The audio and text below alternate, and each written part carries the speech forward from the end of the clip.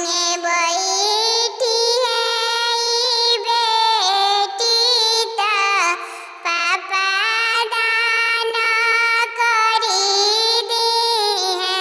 पापा जांगे बैठी है सुंदर बेटी पापा दाना करी दी है। मड़वा के लोटे आयो कवना सासु बाबू से अरज करे। हमार दिया बाबू सुकर होई आँखिया के बीचे रखबो। हमार बाबू अति सुकावर होई आँखिया के बीचे रखबो। हमार बाबू गुलारी फुलवा रहली जी रखेब। रउआ अपना भिरी हो रखेब। रउआ नयनवा भिरी हो।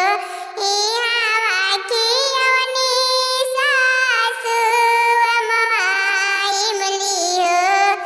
ओइजा गइया दूध देबो हो।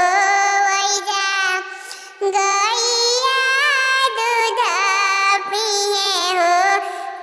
आतरे खुतरे सासुरगवा धोइए हो। नीति उठी अपटान तेला हो। नीति उठी अपटान तेला हो।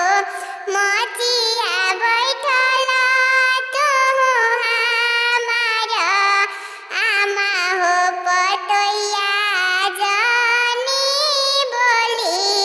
बोलिया हो। पटोइया जानी बोलिया हो।